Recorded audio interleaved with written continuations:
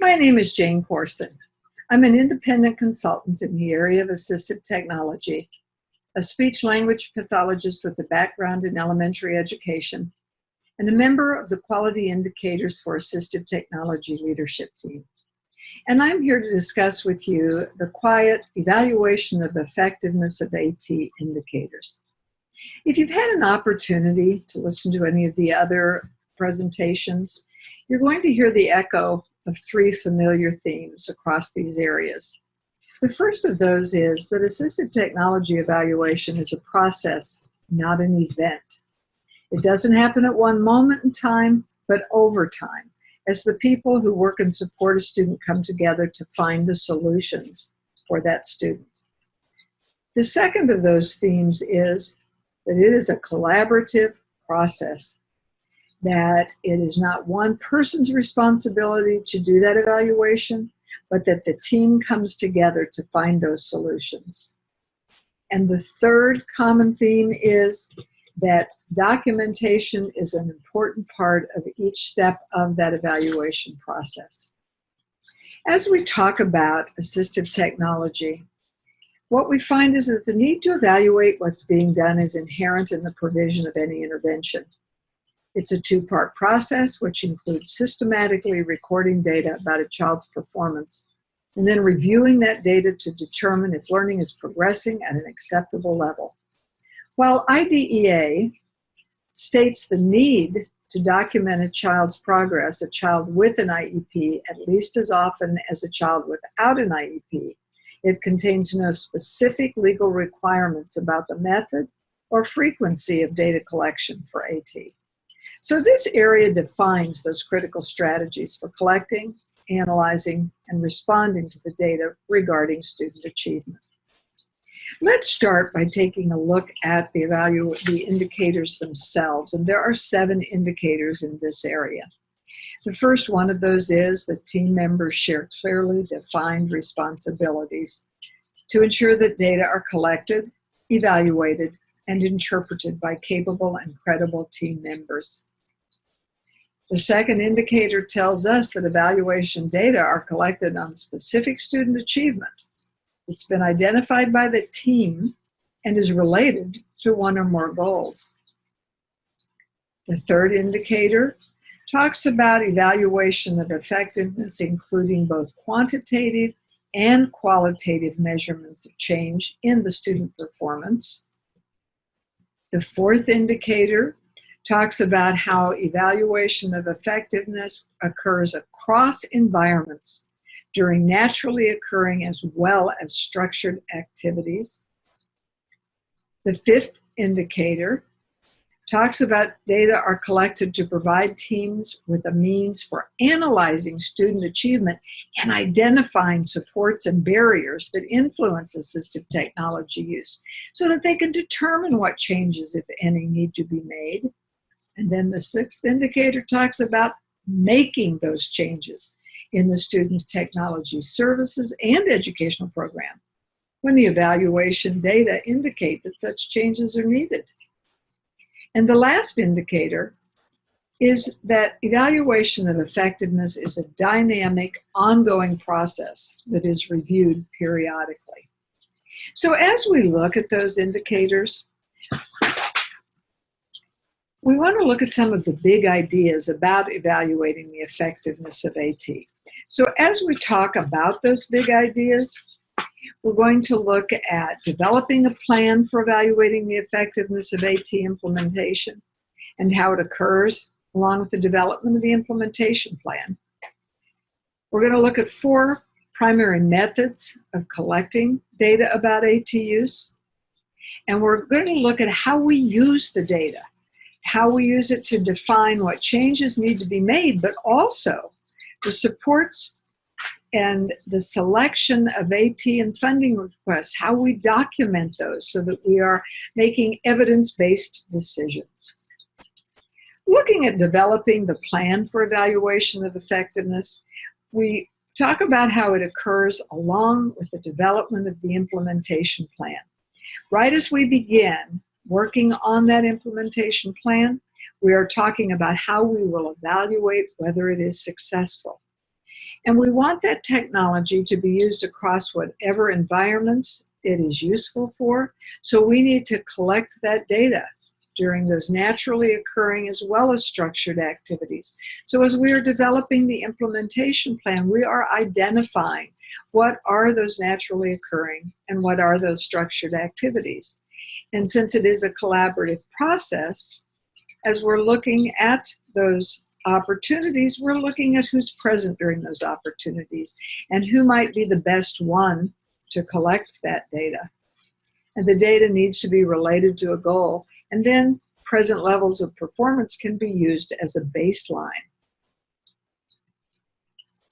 When we're planning and we're jumping off from using the present levels of performance as baseline data, it helps guide us in what kind of data we need to collect next.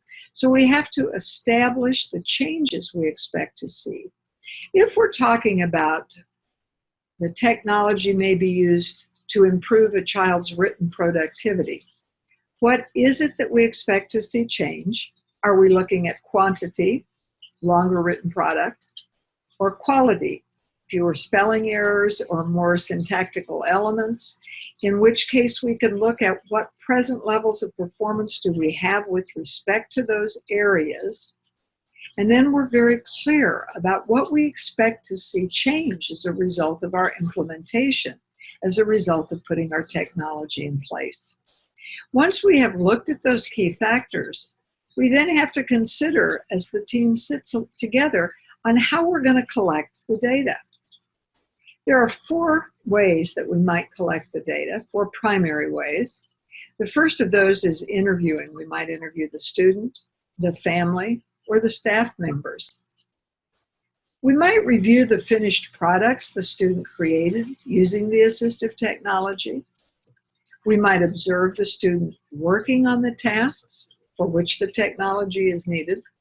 And we might record the student doing the task with and without the assistive technology. So we could use any or combinations of those depending on the skills and how we have written our implementation plan. The thing that is important about data is that it should guide what changes need to be made, as well as supporting our funding requests and our recommendations. When we're evaluating the effectiveness of AT, we're not just documenting student performance, but we're also identifying the supports and barriers to success. So the data needs to be reviewed and analyzed so that we can find out what are the supports and increase those, and what are the barriers so we can eliminate those. So then we make the changes in response to what the data tells us. When we know something is a support, we get it in place across more environments. If we recognize something is a barrier, then we want to be sure we eliminate it across settings. For example, we might identify the position is a barrier for this child in completing the task. Then we want to be sure that we change his position across his environments so that he's in the position that best allows him to be successful. But data is also that thing that helps us identify the best tool for a student. And when we are requesting money from an administration and looking at how can we support that student, being able to provide concrete data about how the tool affects the child makes a very powerful case for funding a recommendation. So what are the next steps for a team to take? The very first thing is to talk to each other. And when we're talking about teams, we need to recognize that there may be different members and some common members on teams.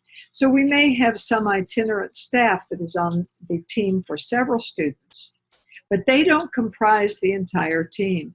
For each of those students, the staff that are specific to that student, it might be the classroom teacher, it might be support personnel, but whoever's specific to that student becomes a part of that student's assistive technology team.